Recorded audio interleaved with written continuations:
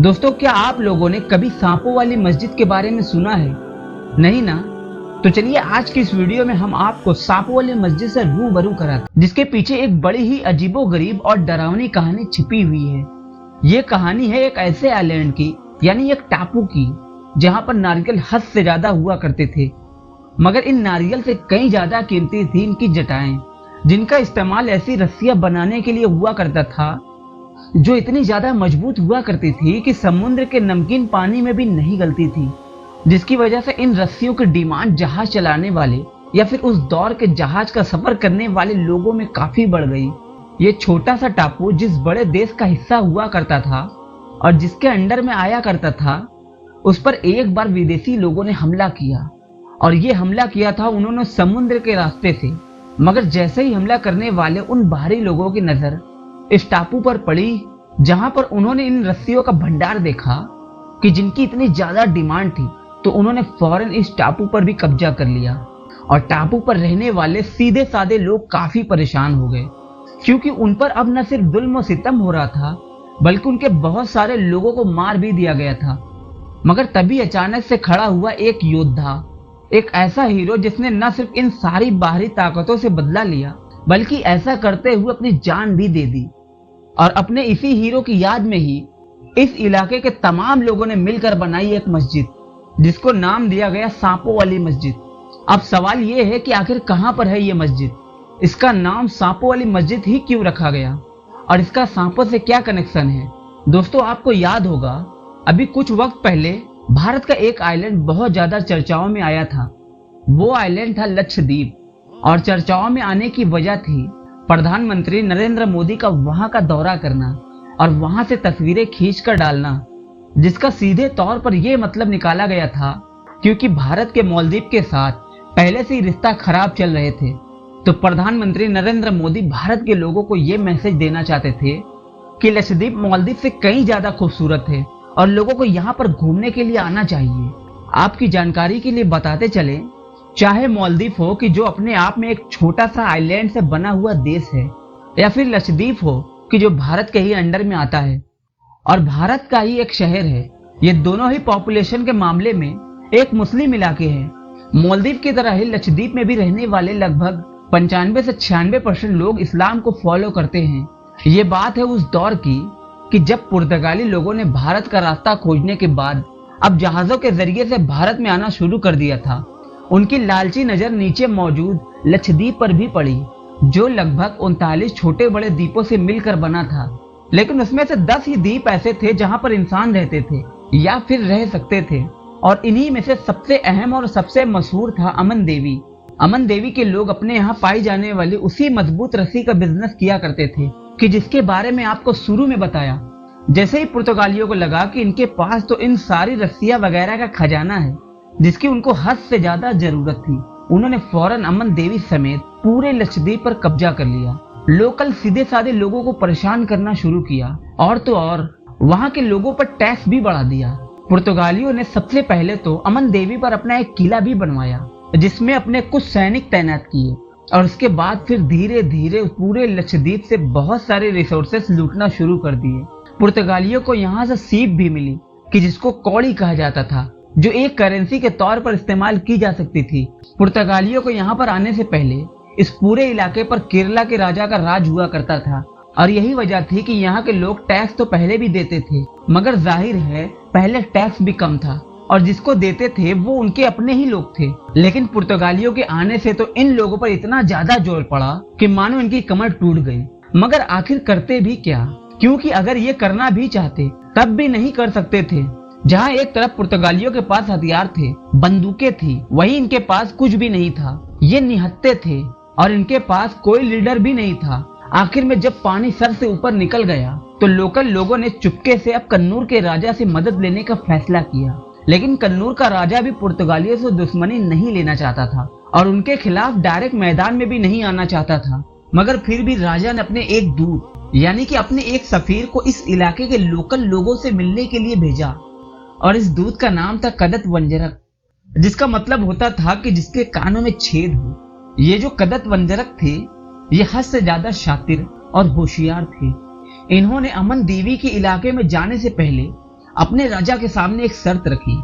ये शर्त थी वो तभी जाएंगे जब राजा उनको बहुत सारा माल दौलत दे।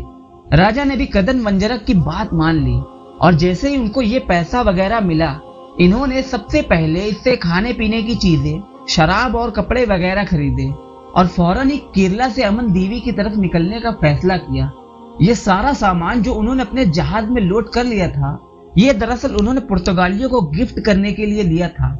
आइलैंड पर पहुंचते ही कदन वंजरक ने फौरन अपने लोगों को हुक्म दिया कि जितना भी सामान है उसको जहाज के नीचे उतारना शुरू करो। सामान उतरना शुरू हुआ था कि पुर्तगाली सैनिक की उस पर नजर पड़ी और फौरन वो दौड़ते हुए आए। उन्होंने कहा कि आखिर बिना परमिशन के इस तरह से यहाँ पर रुकने वाला ये जहाज किसका है।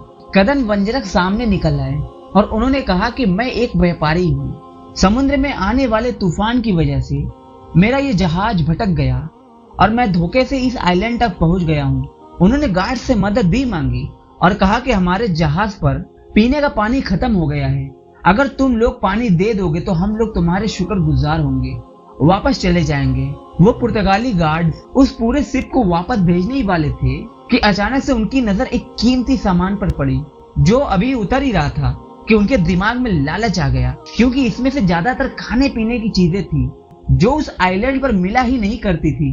वो फौरन ही उस दूध को लेकर अपने स्टेशन मास्टर के पास पहुंचे। स्टेशन मास्टर के सामने बिल्कुल वही मामला दोहराया गया और कदन वंजरक ने कहा कि साहब हमको सिर्फ पानी लेने दीजिए, उसके बाद हम लोग अपने रास्ते निकल जाएंगे। स्टेशन मास्टर ने कदन वंजरक की ये बात तो मान ली, मगर कहा कि सिर्फ एक शर्त पर ऐसा किया जाएगा, अगर तुम जहाज पर मौजूद अपना सारा सामान पुर्तगालियों को बेच दोगे। कदन वंजरक की जिनको इंतजार ही इसी बात का था, उन्होंने अब एक्टिंग करना शुरू कर दी, यानी बहाने बनाए कि ऐसा हम नहीं कर सकते हैं, मगर आखिर में सारा सामान बेचने के लिए तैयार भी हो गए। कदन वंजरक ने सिर्फ पुर्तगालियों को अपना सामान ही नहीं बेचा था, बल्कि अब तो उन्होंने पुर्तगालियों से यह भी वादा किया कि वो आज रात में उनको एक बड़ी आलीशान पार्टी भी देंगे। अब जाहिर है वो बहुत सारी शराब तो अपने साथ लेकर आए ही थे। रात की पार्टी में जाम का दौर शुरू हो गया। रात भर इन्होंने पुर्तगालियों को भर भर के शराब पिलाई। लंबे वक्त से अलग थलग पड़े इस आइलैंड पर जिंदगी गुजारने वाले पुर्तगाली सैनिकों के लिए उन्होंने तो इस आइलैंड पर इस तरह की पार्टी की कभी उम्मीद भी नहीं की थी।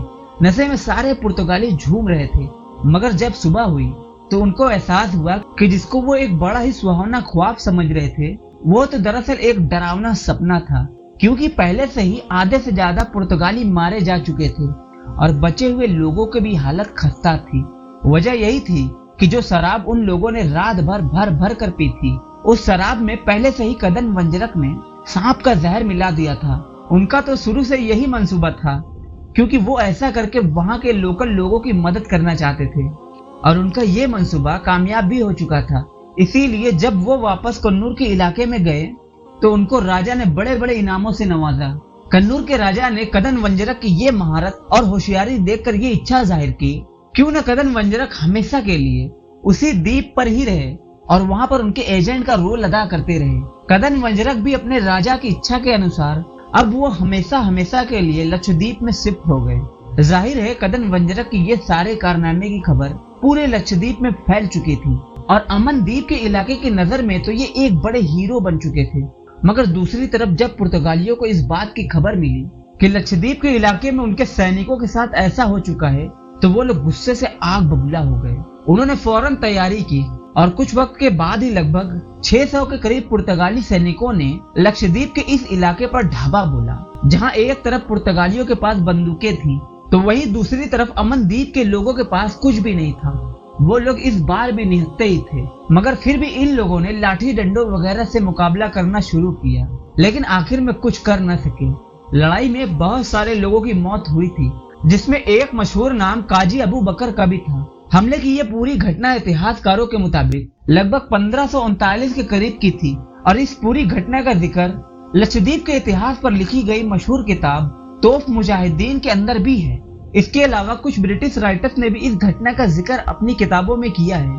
फिलहाल कहानी यही कहती है कि आइलैंड के आम लोगों ने पुर्तगालियों का मुकाबला बड़ी बहादुरी के साथ किया, लेकिन हथियारों के मामले में वो निहत्ते थे, इसीलिए कर न सके। बहुत सारे लोगों की मौतें हुई थी, लेकिन जो बचे थे उन्होंने बाद में पुर्तगालियों से लड़ते हुए मरने वाले कदन वंजरक के सभी लोगों की याद में पंबू परम्बू नाम की एक मस्जिद बनाई थी।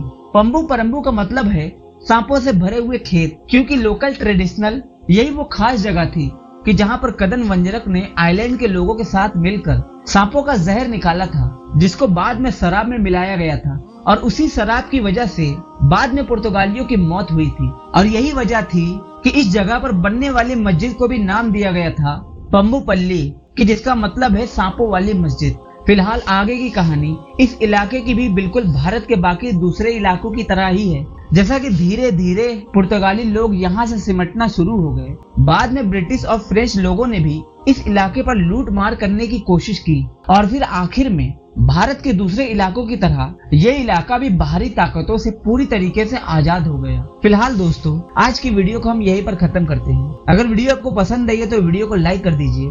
आपका एक लाइक हमारे लिए मोटिवेशन का काम करता है और आपकी क्या राय है कमेंट बॉक्स में जरूर बताएं। चैनल पे पहली बार आए तो चैनल को सब्सक्राइब कर लो। मिलते ही किसी नए वीडियो में, तब तक के लिए अस्सलाम वालेकुम, खुदा हाफिज।